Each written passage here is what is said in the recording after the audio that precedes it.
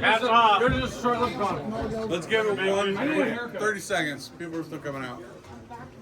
Watch the exit. 10 more minutes. Hey, I'll put my Billy Bob, would you like to start it, sir? Yes, he would. I pledge allegiance to the flag of the United States of America and to the republic for which it stands, one nation, under God, indivisible, with liberty and justice for all. What say the brethren?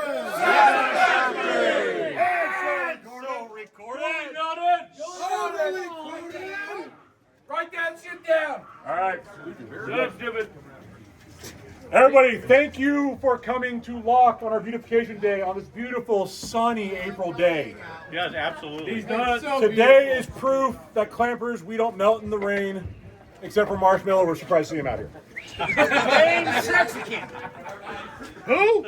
But anyways, once again, thank you all for being here from John A. Sutter in 1841. Yeah. You're my boy now, number one. Hail Norton. Hail Norton. Hell Norton. Hail Norton. And I know what you all are here for, aside from seeing my beautiful face and Now, seeing wait, us you on the got crowd. that. The beer No, too. you're definitely beautiful. Different. Hey, the real reason you're here is for the plaque. Amen. Yeah. I would like to invite Wits. Where's Yeps? Whit. Wit. I see him pounding out down there. To your left. Oh, hi, Wit. Over yonder. And the man who needs no introduction, Kai. Yeah. I would like to invite you to the front. I will let them take over. You gotta unveil it. I will unveil it. But these men, I had the pleasure of helping word this plaque, which involved on my end about 25 different emails saying, no, this is the last one. This plaque could have been so long, you guys, because the history and the lore of Al was so good. Some juicy things we left out was Al was the one of two Caucasians in town at the time because his girlfriend was the brothel madam across the street. Not across the street. Oh, over there. No, down there. Down the street. Down the street. Yeah. Right, Carol, during Christmas time, he would stuff a pillow with $5 and drive around in his Cadillac and hand it out to all the kids in Walnut Creek and Walnut Grove, Yeah. which is a frisbee throw over there. What? Al Adami was famous before he came to Locke, infamous in a way because he was involved in bootlegging in the Montezuma Hills. That also didn't make the plaque. And so he made quite a bit of money between 1919 and 1934 creating and then distributing bootleg liquor because there was thirsty folk in the community here. And when Prohibition ended, he was able to buy a restaurant that was already existing called Bingley Noodle House, and he opened a place called the Locke Cafe. And since he owned it, and he was, as Kai mentioned, the only Caucasian person in town with a business, and he was Italian, it became known as Al's Place, or Al the Watts, because he was Italian. He adopted that name, and he liked that name. But the sign said the Locke Cafe. It doesn't say that anymore. And so we're here to dedicate a plaque. Al Adami was the person who opened the bar. He ran it for about almost 30 years, pretty much single-handedly. I think he had some help with waitresses and stuff, but he was the cook, and he worked all the time. In the last little bit of his life, he started keeping kind of irregular hours and would close early or something like that. And he was kind of run down and tired. And on the day he died, he was cooking. He actually took the day off, and they found his body. He lived right in the back of the building right here. And here's the cool thing. He died on the 4th of July, and how they found out he was dead was every night he would wash his socks and his underwear and leave it up. And when his buddy came in, they were still hanging up. And the guy was scared of dead people, so he was poking them with a broomstick. But you guys probably wonder, why was Al, this Italian guy, in Locke, and what was his connection to the Chinese community? And it was because of his father, Peter Adami, I believe, who lived in North Beach. You're going to tell the story of the shipwreck. Yeah, there was a shipwreck by the Golden Gate Bridge. Carol, you want to tell the story? Carol's actually a local here. Carol, you want to tell the story? It's a great story. So the story is that. Go over here. Yeah. So the story is that a passenger vehicle or passenger ship from the east came to San Francisco to bring the Chinese, And so at one point in the fog in January, the boat shipwrecked. And so Al's It was just inside. It was just inside the Golden Gate. Just inside the Golden Gate. It was called the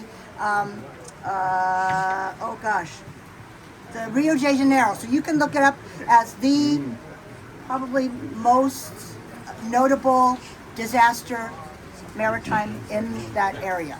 And so Al's father was a fisherman, and he came to the rescue of these people, the Chinese, that many of them had drowned, but he came, and when the word spread from San Francisco down through the Delta, Al's father was the guy.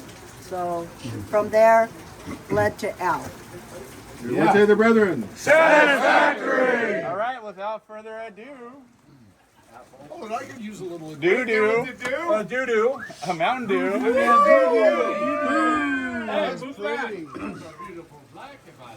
Are you going to read the top third? Top third? I can do the top third. I can do numbers. Listen up. Al the Wops, Bing Lee's Noodle House, circa 1916. Shut up. After the Walnut Grove fire of October 7th, 1915, Lee Bing and a partnership of merchants erected this building. Lee ran it as a Chinese restaurant.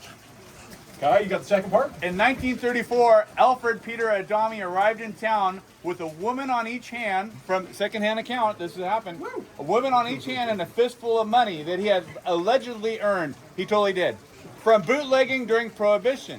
Al and a partner opened the New Law Cafe, known as Al the Wops, as a nod to his Italian heritage.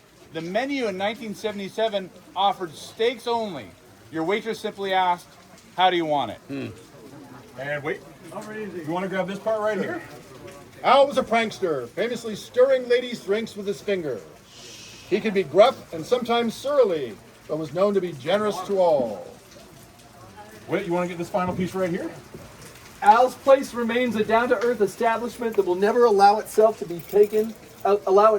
or its customers to be taken too seriously. Yeah. Aubrey wrote that part. No, I got it. You can read the bottom. You're part of this. All right. Dedicated April 11th, 2026, Clamper year 6031. The Ancient Honorable Order of E. Clampus Vitus. Let's say it, brother! Satisfactory! Johann A. Sutter, chapter 1841. Sam Brannon, chapter 1004. Yerba Buena, number 1. And let's not forget, Pio Pico, 1801 outpost. Yeah. Chief Solano, 1851 outpost. Credo quia absurdum. What say the brethren? Satisfactory! All right. And as we always have to do to dedicate a new plaque, especially on a wonderful place like this bar, our buddy here brought us an ancient bar of Bakersfield. Ladies and gentlemen, boys and girls. Yes, sir. At 1:00 p.m. today, we're going to reconvene at this spot for a historical tour. Fuck yeah! A member of the Law Foundation is going to lead this tour. He's standing with us right now. He's going to lead those who'd like to come on a free tour, about 20 minutes long, about the buildings at this end of the street. So you can learn more about Locke's history at 1 p.m. This is post-HOCO. So come on back at 1 p.m. and we're going to do a little historical tour for a quarter hour or so. Okay. All right, A 3-hour tour. Who's leading the tour? Real Stuart. PVCs. Yeah. He's like, oh no. Get a bunch of bitches. Hey guys, real PVCs, true PVCs.